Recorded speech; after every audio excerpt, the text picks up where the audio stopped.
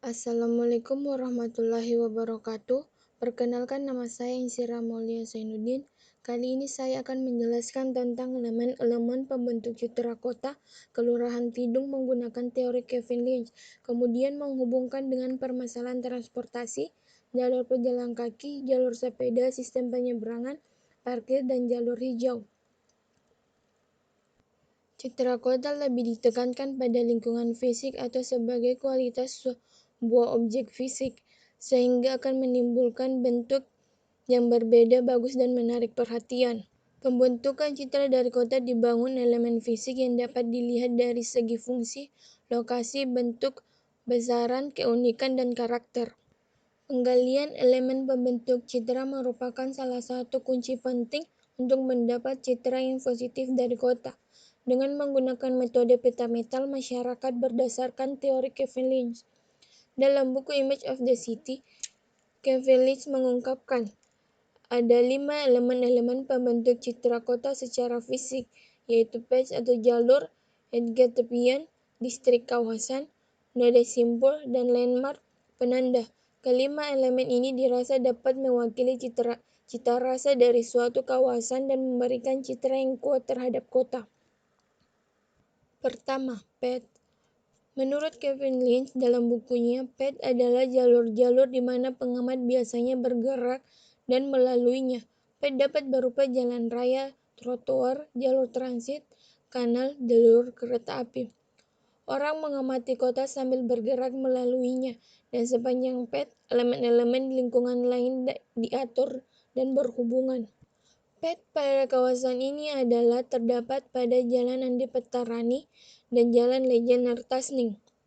Kedua jalur tersebut merupakan jalan besar yang sering dilalui oleh para pengendara. Pada kedua jalur tersebut dapat dengan mudah mendapatkan transportasi umum karena merupakan jalur besar. Pada Jalan Andi Petarani terdapat jalur pejalan kaki, tetapi hanya di depan Menara Pini, sisa lebihnya tidak ada. Ruko-ruko pada jalan ini juga memiliki area parkir tersendiri, tidak terdapat jalur sepeda, dan sebagainya.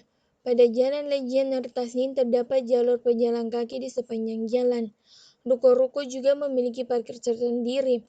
Tidak terdapat jalur sepeda pada kawasan ini, dan pada kawasan ini ditumbuhi banyak pohon sepanjang jalan. 2. Edge merupakan batas. Dapat berupa suatu desain jalan, sungai, gunung. Edge memiliki identitas yang kuat karena tampak visualnya yang jelas. Edge merupakan penghalang, walaupun kadang-kadang ada tempat untuk masuk yang merupakan pengakhir dari sebuah distrik. Edge terdapat pada Jalan Andi Petarani menuju Jalan Pendidikan dan Jalan Lejen Tasning. Kawasan ini tidak terdapat jalur pejalan kaki, jalur sepeda, tetapi kawasan ini mudah dijumpai transportasi umum karena terdapat di pinggir jalan, serta setiap distrik memiliki parkir tersendiri. Ketiga, distrik.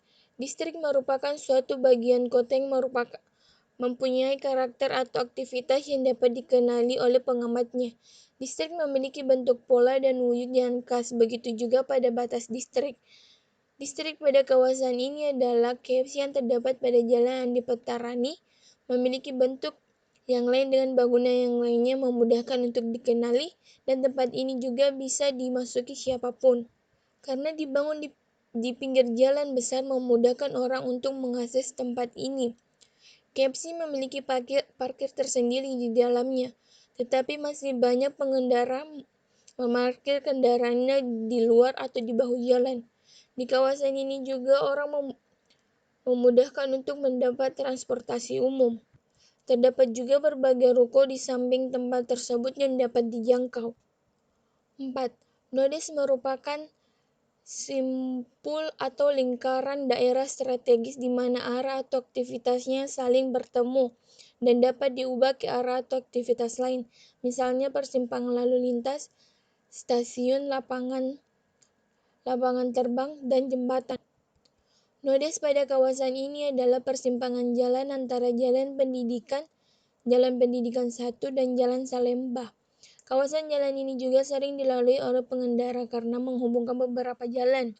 Pada kawasan ini tidak terdapat jalur parkir, jalur pejalan kaki, jalur penyeberangan, dan sulit untuk menumpukan angkutan umum karena jarang dilalui kecuali menggunakan ojek online. Untuk mendapatkan angkutan umum, kita harus jalan menuju jalan besar. Di sepanjang jalan kawasan ini juga banyak ditumbuhi berbagai tumbuhan atau pohon. 5. Landmark. Landmark merupakan simbol yang menarik secara visual dengan sifat penempatan yang menarik perhatian. Biasanya landmark mempunyai bentuk yang unik serta terdapat perbedaan skala dari lingkungan. Landmark pada kawasan ini adalah Menara Pinisi yang merupakan salah satu kampus yang ada di Kota Makassar, terdapat di Jalan Andi Petarani.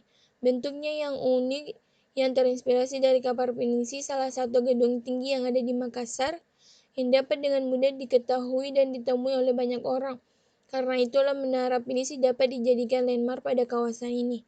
Menara Pinisi memiliki parkir sendiri di dalam. Terdapat jalur untuk pejalan kaki. Kawasan ini juga dapat memudahkan untuk mencari transportasi umum. Serta di kawasan ini juga dapat ditumbuhi tumbuhan pohon tinggi.